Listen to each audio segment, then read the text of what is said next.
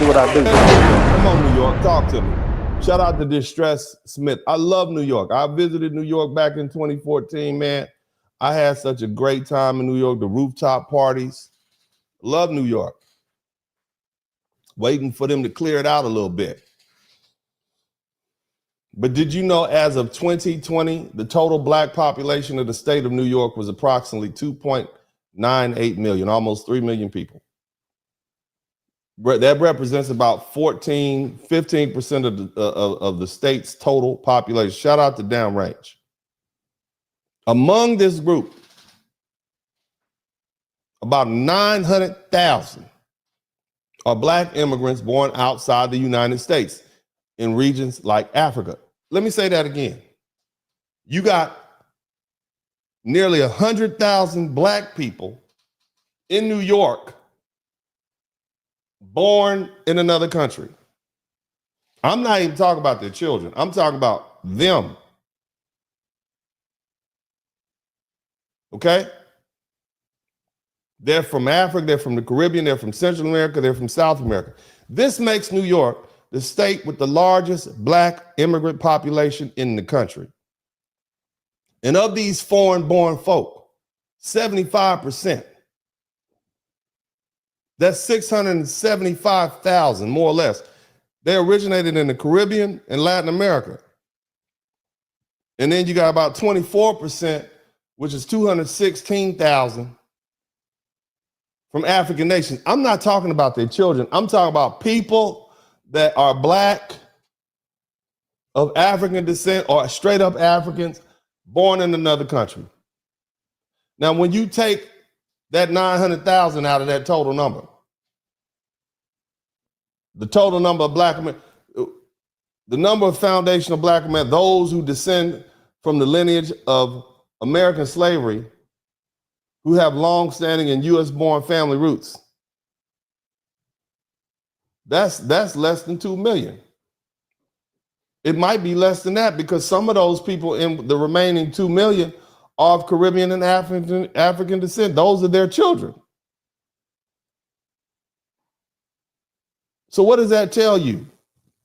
That tells you that foundational black American culture in New York has been erased. That's what it's telling you. That's why you got people throwing up Nigerian flags at the Juneteenth parade. That's why they making jollof rice, instead of jambalaya. And see, these differences in lineage have sparked debates over who's qualified or who qualifies for reparative justice initiatives, with these recent immigrants sometimes excluded from eligibility due to the lack of historical ties to slavery in the United States. Just because you went through colonialism and you got and a New York taxi ignored you when you were trying to get, that does not mean you went through what black Americans went through. You didn't go through what my grandmother went through when she had to leave Mississippi. You didn't go what my great-great-great-granddaddy G.W. Jones had to go through when he had to leave Mississippi and move to Kansas. You volunteered to come here. My granddaddy was great-great-granddaddy was born in slavery. My great-great-grandmother, that woman you see over my shoulder, was a sharecropper till she was 60. Now, in New York City, we talking about New York. Everybody type New York in the chat room. It's about to get hot. We going up into this third hour. This is where it get hot over here with the Blizzard King. This is where the cold, hard truth gets spit.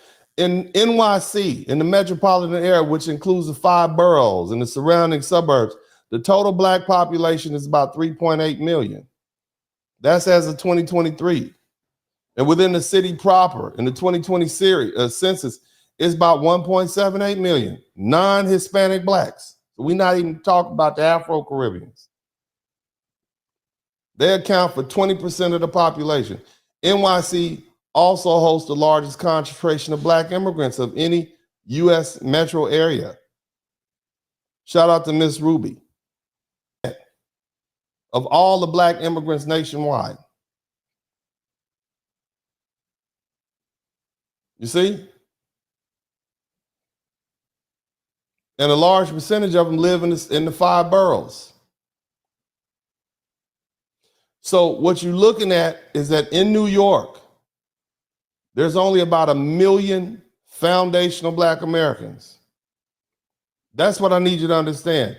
So out of 4 million, about 4 million Black people in the New York City area, there's only about 1 million foundational Black Americans. This means that while foundational Black Americans are still they're still there in certain proportions, okay, compared to the total state, very few.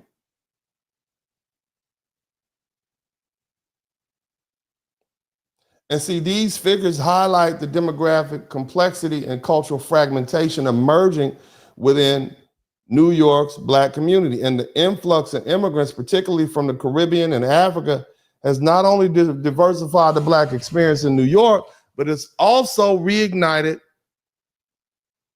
long-standing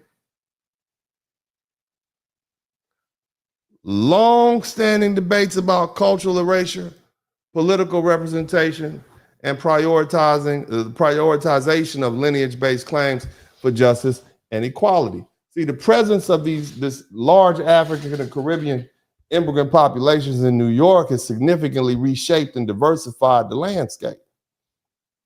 Now, of course, African and Caribbean immigrants, they've enriched New York's Black culture and identity with food and fashion and music. We like reggae, we like dancehall, we like afrobeats, we like soca, right? We like listening to some of that patois and Haitian Creole and the other African dialects and the religion. You know, we little Rastafari and the Pentecostal, whatever, the African traditional spiritual systems.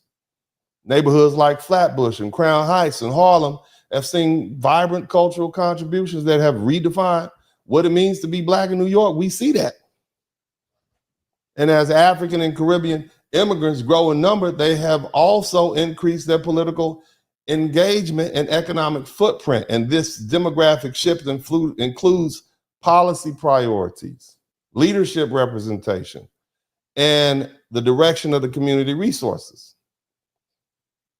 Political candidates and advocacy groups are increasingly tailoring messages and campaigns to immigrant concerns, including immigration policies.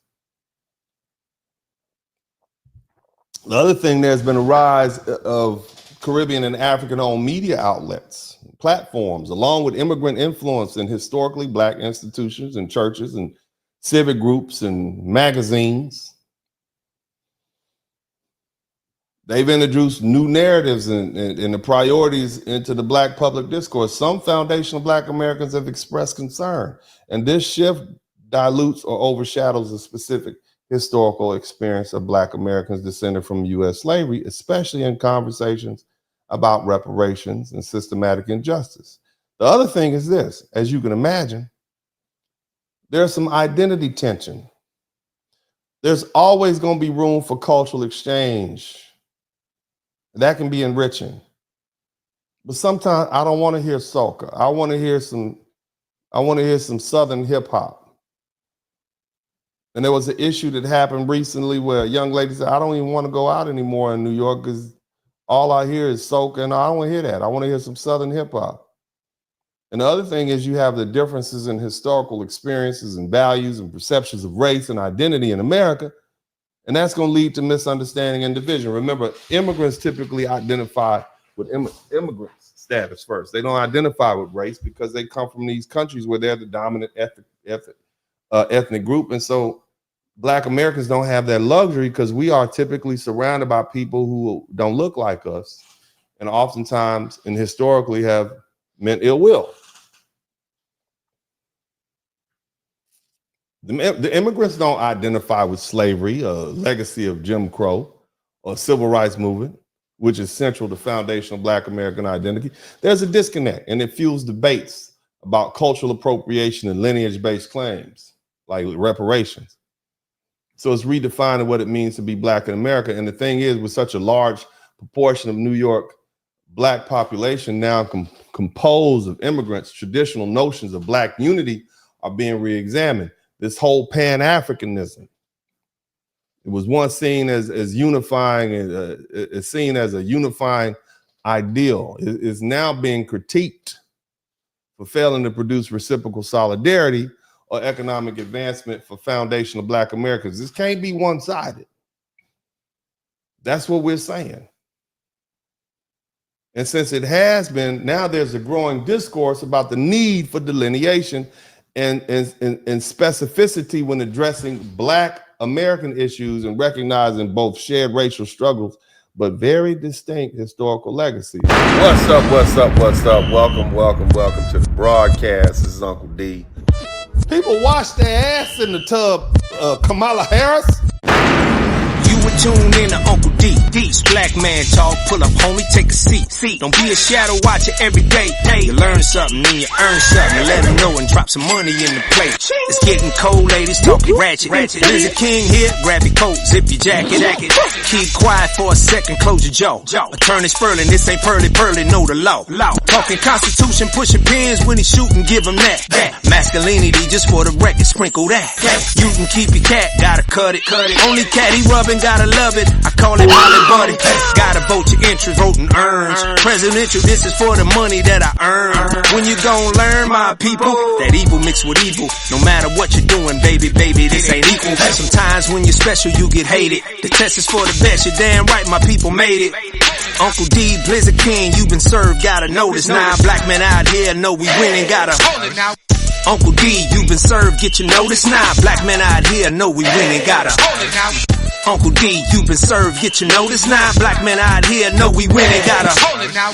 Uncle D, you've been served, get your notice now. Black men out here know we winning, gotta hold it now. Hey man, I'll do what I do. Somebody need to whip your ass. Get up and whip him, Sweets. Hey, don't be putting the money in my hand all rough. Take your ass out here. You buy you a Floby and cut your own damn hair from now on.